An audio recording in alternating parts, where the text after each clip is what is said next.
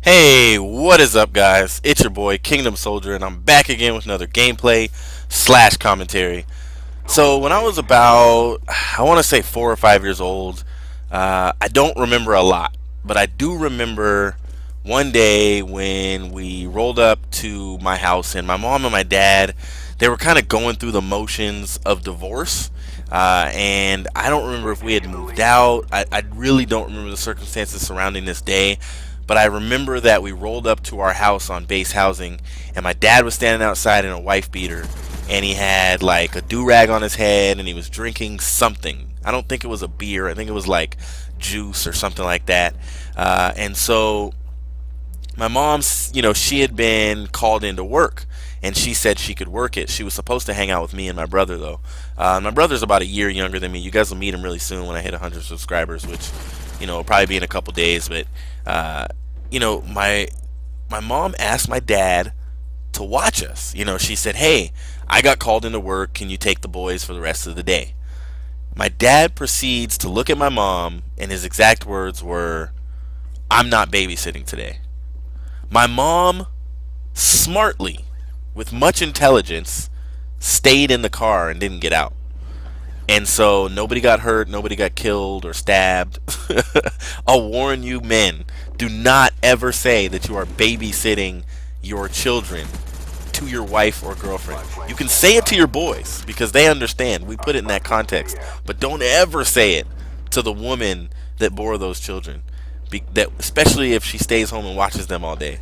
So my mom is mad, and she looks at my dad and she says, "Look, I need to work. I need you to watch the kids." And my dad says, "No, I'm not taking them. I don't care." My mom kind of takes a deep breath. She looks at my dad and she says, "If you don't take the boys right now, we're not coming back." And unfortunately, my dad looked at my mom and said, "Fine." And we left.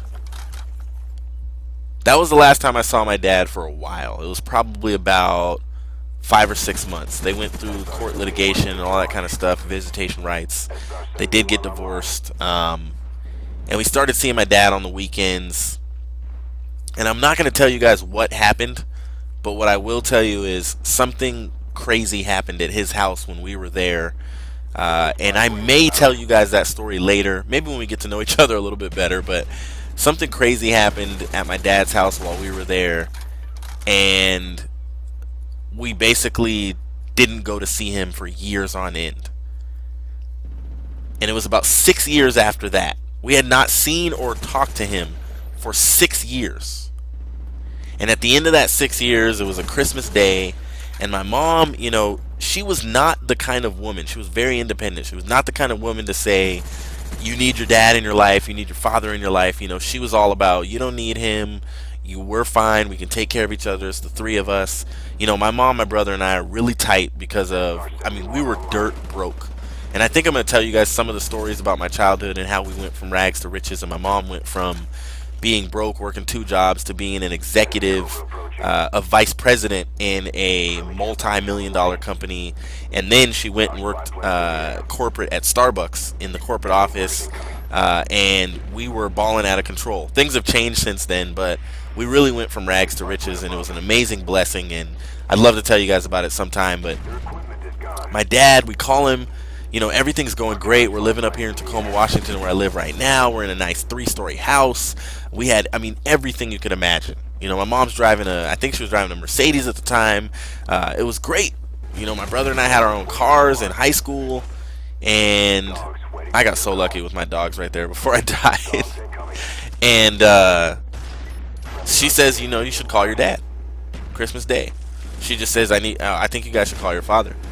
And so my brother and I, I, as the big brother, my brother looks at me for the decision, and I'm like, "Okay, we'll do it." So we get on the phone, I call my dad, and I say, he picks up, he's like, "Hello, this is Ernie." And I'm like, "Hey, this is Anthony." Now, I expected my dad to be like, oh my gosh, my long lost son. My dad's exact response was verbatim, well, I'm glad you finally got the nerve to call me. Because my brother was next to me, even though I wanted to cuss, cry, throw the phone, I smiled and I said Merry Christmas, and I gave my brother the phone. To this day, no one, not a single person has disappointed me as much as my dad, except myself. It's really this video is going to end, and so I'm going to add something to it because I know I keep doing this to you guys, but actually, you know what? Here's what we're going to do.